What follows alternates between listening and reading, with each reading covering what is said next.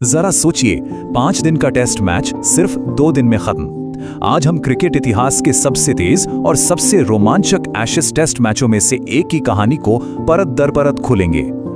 जैसा कि इस स्लाइड पर कहा गया है, ये कोई नॉर्मल टेस्ट मैच था ही नहीं, ये तो एक स्पीड टेस्ट था।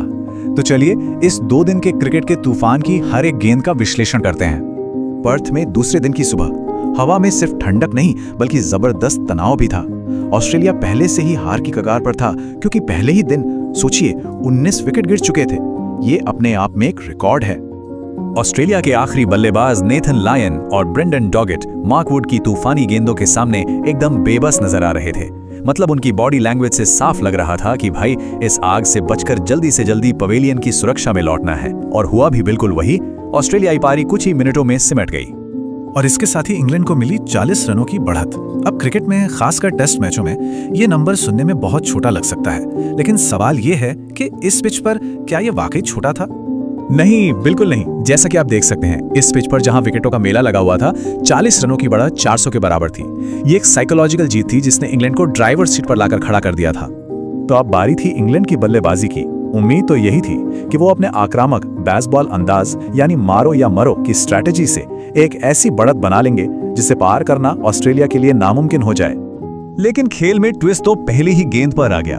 मिचेल स्टार्क ने अपनी ही गेंद पर हवा में उछलकर ज़ाक क्रॉली का एक हाथ से जो कैच पकड़ा ना, अनबिलीवेबल। बस इसी एक कैच ने इंग्लैंड के लिए एक विनाशकारी माहौल तैयार कर दिया। अब इस स्लाइड में जो वाकई में दिलचस्प है वो ये है कि इंग्लैंड के विकेट ताश के पत्तों की तरह गिरते रहे। भले ही वो तेजी से रन बनाने की कोशिश कर रहे थे, आप सोचिए 20 ओवर के अंदर ही उनके 6 बल्लेबाज पवेलियन लौट चुके थे। ये पूरी तरह से अराजकता थी। उनका तरीका बेसबॉल से ज्यादा पैनिक बॉल जैसा लग रहा था। ये एक ऐसी स्ट्रैटेजी थी जहां रन तो आ रहे थे लेकिन विकेटों की कीमत पर, और यही चीज ऑस्ट्रेलिया को मैच में वापस ले आई। इंग्लैंड की पूरी टीम 164 रनों पर सिमट गई और ऑस्ट्रेलिया को मैच जीतने के लिए मिला 205 रनों का लक्ष्य। इस मुश्किल पिच पर जहां गेंदबाजों का बोलबाला था, यह लक्ष्य किसी पहाड़ से कम नहीं था। तो क्या ऑस्ट्रेलिया इस मुश्किल लक्ष्य को हासिल कर पाया?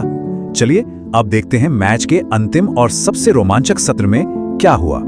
ऑस्ट्रेलियाई ओपनर ट्रेविस हेड एक अलग ही इरादे से मैदान पर उतरे थे।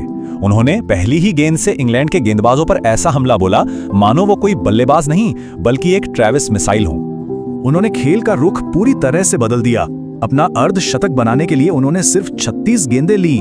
मतलब ये एक ऐसी स्पीड थी जो 5 दिवसीय टेस्ट मैच में नहीं बल्कि 20-20 के तूफानी मैच में देखने को मिलती है। और ये शानदार ढंग से दिखाता है कि कैसे हेड ने इंग्लैंड की ही आक्रामक रणनीति को उन्हीं के खिलाफ इस्तेमाल किया।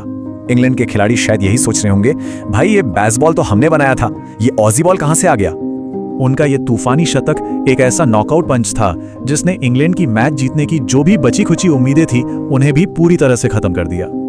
हेड के इस हमले ने ऑस्ट्रेलिया की जीत का रास्ता एकदम साफ कर दिया था और इसके बाद मैच का अंत तो बहुत तेजी से हुआ।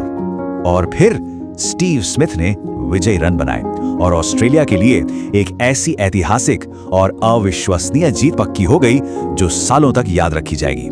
2 दिन में एशेज टेस्ट खत्म। तो यहां से ले जाने वाला सबसे बड़ा सवाल यह है जो ये मैच इंग्लैंड के लिए छोड़ गया है, क्या उनका ये पूरी तरह से आक्रामक अंदाज एक जीतने वाला फॉर्मूला है या फिर ये आत्मविनाशकारी है?